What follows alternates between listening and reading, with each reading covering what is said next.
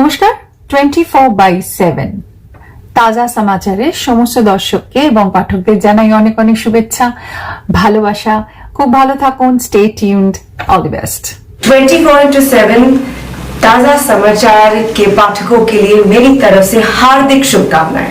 24/7 ताजा समाचाরের সমস্ত দর্শকদের জানাবো অনেক অনেক শুভেচ্ছা। 24/7 ताजा समाचार समस्त दर्शकों জানাচ্ছি আন্তরিক শুভেচ্ছা। Hi, this is Madhur Bhandarkar and आप देख रहे हो 24/7 ताजा समाचार। Best wishes. अगर मैंने उसकी मदद नहीं की तो उसे कुछ हो जाएगा।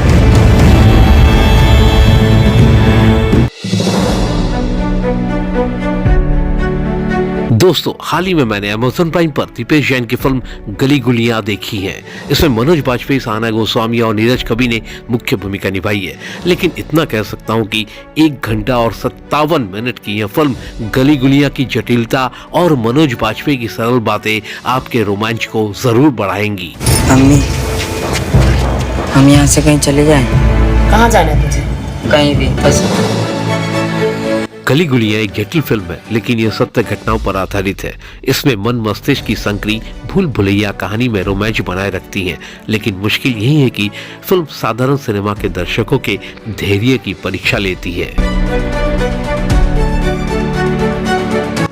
एक ऐसा इंसान यहाँ कहानी के केंद्र में है जो बंद दरवाजे वाले कमरे जैसा है, जिसके भीतर अंधेरा है और सोच में बरसों के जाले लगे हैं।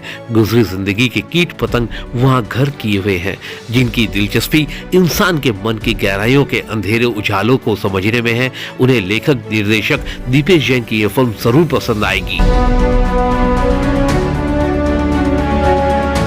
साल 2016 में दीपेश जैन ने इन द शैडोज नाम की एक फिल्म निर्देशित की थी। यह फिल्म बहुत सारे फेस्टिवल्स में गई और कई जगहों पर अलग अलग अवार्ड भी जीते। आखिरकार इसी फिल्म को भारतवर्ष में गली गुलिया के नाम से रिलीज किया गया। फिल्म की कहानी पुरानी दिल्ली की गलियों से शुरू होती है, जहां एक इलेक्ट्रीशियन खुद्दूस रहता है। उसके पड़ोस में हमेशा एक पिता अपने बेटे को बेरहमी से पीटता रहता है। जो बात खुद्दूस को बिल्कुल पसंद नहीं आती। वो किसी तरह उस बच्चे की मदद करना चाहता है।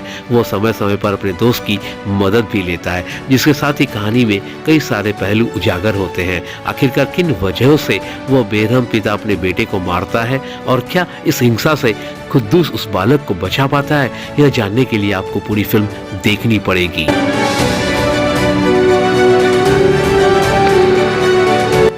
अब बात करते हैं मुझे यह फिल्म कैसी लगी। फिल्म की खूबी इसकी कहानी है, जो कई परतों से होती हुई अंततः एक सरप्राइज पर खत्म होती है।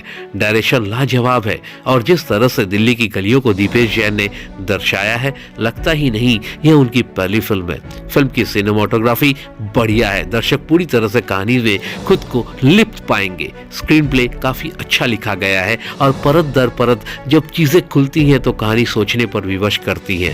कहीं कहीं ड्रोन कैमरे का प्रयोग है तो कभी कभी लॉन्ग शॉट और प्रोजेक्ट में चीजें और निखर कर सामने आती हैं। मनोज बाजपेयी ने इलेक्ट्रीशियन के काम को बखूबी निभाया है। किरदार में पूरी तरह से लिप्त नजर आते हैं। इसी के साथ बेरहम पिता का किरदार नीरज कवि ने सराहनीय तरीके से निभाया है, जिसकी वजह से शायद आप उनसे घृणा भी करने लगेंगे। पहली बार ओम सिंह किसी फिल्म में काम कर रहे हैं। असल जिंदगी में वो एक अनाथालय से लाया गया बच्चा है, जिसे फिल्म में दीपेश जैन और मनोज बाजपेयी ने काम करवाया है। ओम सिंह काफी नेचुरल अभिनय करते हुए नजर आते हैं। रणवीर शौरी और सहाना गोस्वामी ने भी सहज अभिनय किया है। दोस्तों, मैं चाहूंगा कि इस फिल्म को आप जरूर देखें और मुझे बताएं कि यह फिल्म आपको कैसी लगी। ब्यूरो रिपोर्ट 24/7 ताजा समाचार।